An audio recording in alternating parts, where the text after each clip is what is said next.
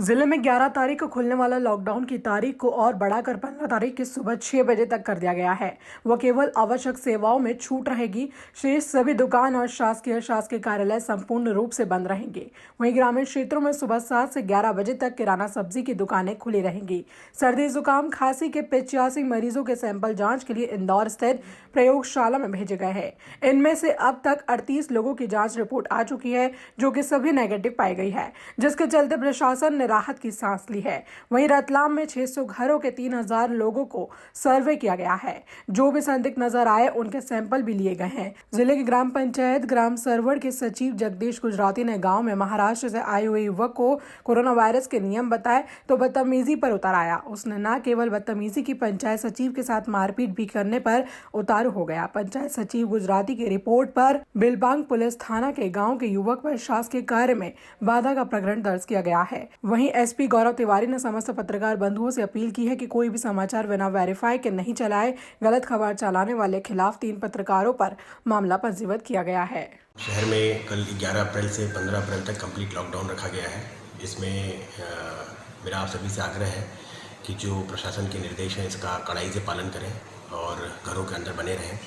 2-3 fact जो मेरा अपना ऑब्जर्वेशन है बताना चाहूँगा जनता को। पिछले दिनों से हम लोग कई बार इस चीज़ को देख रहे हैं कि जो रतलाम में एक सकारात्मक माहौल है उसमें कहीं न कहीं लोग नकारात्मकता बढ़ा रहे हैं। चाहे वो पिछले दिनों जो एक डेड बॉडी रतलाम में आ गई थी उसको लेकर हो या अन्य चीज़ों को लेकर हो। मेरा आप सभी से आग्रह है कि एक जिम्मेदार नागरिक होने का परिचय दें। इस वक्त घरों के अंदर रहें और ख़ासतौर से सोशल मीडिया पर आपत्तिजनक भड़काऊ टिक्का टिप्पणी करने से बचें। दूसरी चीज़ कि मेरा आग्रह ऐसे जो वेब पोर्टल चलाने वाले, यूट्यूब पे न्यूज़ लिखने वाले, समाचार लिखने वाले पत्रकार साथियों से मेरा आग्रह है बिना वेरीफाई किए कोई भी न्यूज़ पोस्ट ना करें। अभी पिछले 24 घंटे में करीब 3 पत्रकारों के ऊपर मामला पंजीबद्ध किया गया है जिन्होंने बिना वेरीफाई किए गलत तथ्यों पर आधारित न्यूज़ चलाए। इससे जनता के बीच में एक भ्रम की स्थिति पैदा होती है, अनावश्यक सनसनी फैलती है। मेरा आपसे आग्रह है कि आप भी जिम्मेदार नागरिक होने का परिचय दें। कोई भी न्यूज़, कोई भी खबर पोस्ट करने के पहले आप उसको प्रशासन से वेरीफाई जरूर करा लें पीआरओ के माध्यम से। जब सर्टिफाइड जो आंकड़े प्रशासन की तरफ से दिए जा रहे हैं उनको ही पब्लिश करें। अनावश्यक न्यूज़ ब्रेकिंग के चक्कर में, जल्दबाजी के चक्कर में मिथ्या फैक्ट न प्रस्तुत करें। तो एक ये दूसरा मेरा आग्रह आप सभी से है कि अभी हम लोग जब से हमने मेन हाईवेज़ बंद कर दिए हैं, हम लोग का ऑब्जर्वेशन है कि कई लोग पैदल ग्रामीण क्षेत्रों से, इवन रेलवे ट्रैक से, मालगाड़ी से करके पुलिस की नज़र से, प्रशासन की नज़र से बचते हुए रतलाम में प्रवेश कर रहे हैं। उसके लिए हम लोग लगातार प्रयासरत हैं। लेकिन फिर भी मेरा मानना है कि रतलाम में जहाँ 20 लाख की आबादी है और लगभग आप सभी कल्पना नहीं कर सकते, लगभग 100 से ज़्यादा नाके हैं जहाँ हमारे पॉइंट लगे हुए हैं। चूँकि रतलाम जो है ये न सिर्फ मध्य प्रदेश के ज़िलों से बल्कि राजस्थान के भी 3 ज़िलों से लगता है। लगभग 7 से 8 ज़िले हमारे बॉर्डरिंग हैं। तो ऐसे में हर जगह फुल प्रूफ व्यवस्था लगा पाना कि कहीं से कोई नहीं आ पाएगा, ये बियॉन्ड इमेजिनेशन है।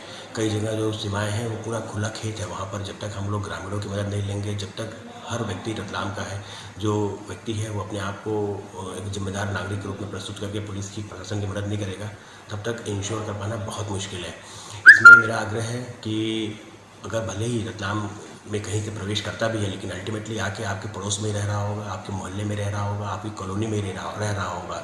इस संबंध में पिछले कई दिनों से हम लोग लगातार प्रयासरत हैं कि आप इसकी सूचना जरूर दें प्रशासन को। विभिन्न हेल्पलाइन नंबर भी हमने स्टार्ट किए हैं। इसके अलावा आपको नियरेस्ट नज़दीकी थाने पर भी सूचना दे सकते हैं कि ये फला व्यक्ति संदिग्ध है जो हमारे पड़ोस में रह रहा है। इसकी जाँच हो, चेकिंग हो, स्क्रीनिंग हो। जो रूटीन में रेगुलर नाकों से, जो अपने अराउंड 80 नाके हैं जो मुख्य मार्गों पर लगे हुए हैं, उन नाकों से कोई आता है उसकी चेकिंग तो 100% वहाँ पर डॉक्टर्स की टीम के द्वारा की जा रही है। लेकिन जो लोग लिंक रोड से आ रहे थे, कल एक घटना बताऊँ तो कल एक व्यक्ति ट्रेन की मालगाड़ी से आ गया छिपते छिपाते।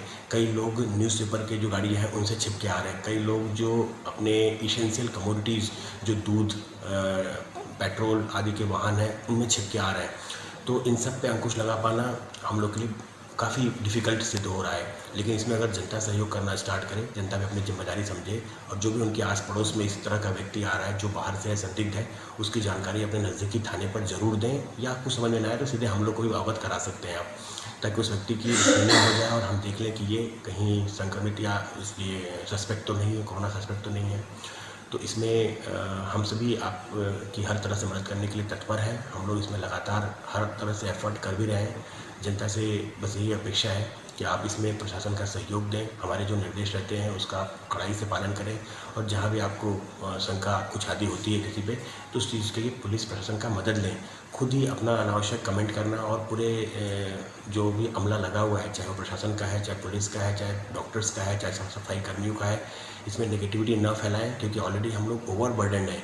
ओवरबर्डन मतलब लगातार लोग अपनी सेवाएं दे रहे हैं, उसमें कोई भी टीका टिप्पणी करने से पहले आप 10 बार ज़रूर सोचें। तो मेरा आपसे यही आग्रह है। नमस्कार। कल 11 अप्रैल से 15 अप्रैल तक हमने जो हमारे लॉकडाउन में व्यवस्थाएं करी हैं उसके बारे में आपको बताती हूँ। इसको हमने इस बार 2 पार्ट्स में ब्रेकअप किया है। जो हमारे नगरीय क्षेत्र हैं यानी नगर निगम क्षेत्र और जो सभी नगर पालिकाओं के क्षेत्र हैं, उसमें ये लॉकडाउन यथावत जैसे कि आज तक की स्थिति में था वैसे रहेगा। यानी कि जो किराने, फल, फूल, सब्जी, इन सब की दुकानें जो हैं वो नहीं खुल सकेंगी। इनको हम सिर्फ होम डिलीवरी के माध्यम से ले सकेंगे।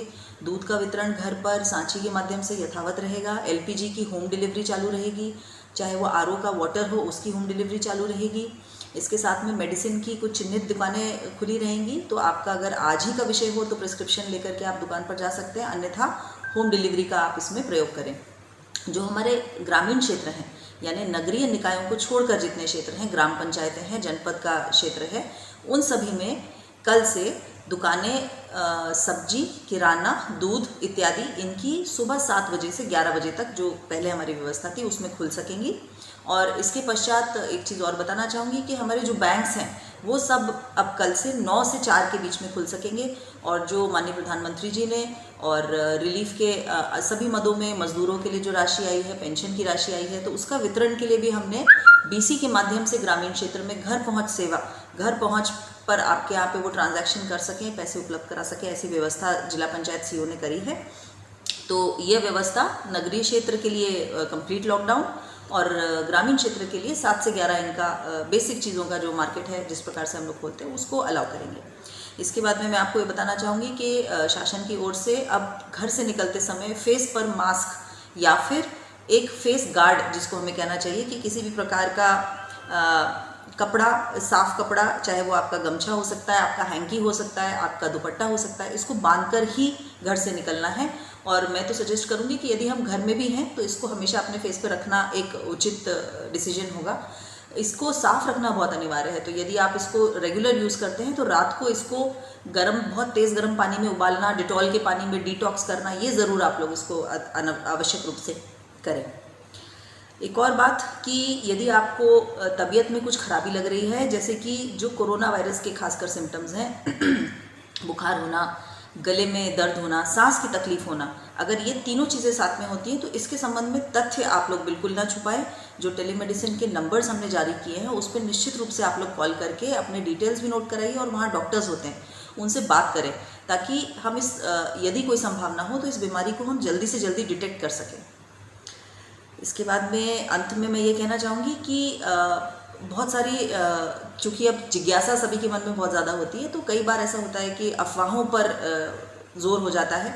तो बिल्कुल भी आप किसी अफवाह पर ध्यान ना दें। रतलाम ज़िले में आज दिनांक तक भी कोई पॉजिटिव केस नहीं है और हम लोग, हमारी स्वास्थ्य की टीम हो या पुलिस की टीम हो, नगरीय निकाय की टीम हो, राजस्व की टीम हो, खाद्य विभाग की टीम हो, डॉक्टर्स हमारे जो हैं, पूरा पैरामेडिकल स्टाफ है, ये सब राउंड द क्लॉक 24 घंटे इस डिस्ट्रिक्ट के लोगों को बचाने के लिए काम कर रहे हैं। उनका आप लोग सहयोग करें और जो भी निर्देश इत्यादि वो आपको देते हैं उसका पालन करें और जिस अनुशासन का और डिसिप्लिन का आपने परिचय आज तक दिया है उसको मेंटेन करके रखें। होम डिलीवरी के सिस्टम पर अधिक से अधिक थोड़ा फोकस रखें, क्योंकि संभावना है कि हमारा ये लॉकडाउन सिर्फ हमारे ज़िले के लिए नहीं, हो सकता है हमारे प्रदेश में भी आगे बढ़े। तो हम लोगों को इसके लिए प्रिपेयर्ड रहना चाहिए और जान है तो जहान है। धन्यवाद।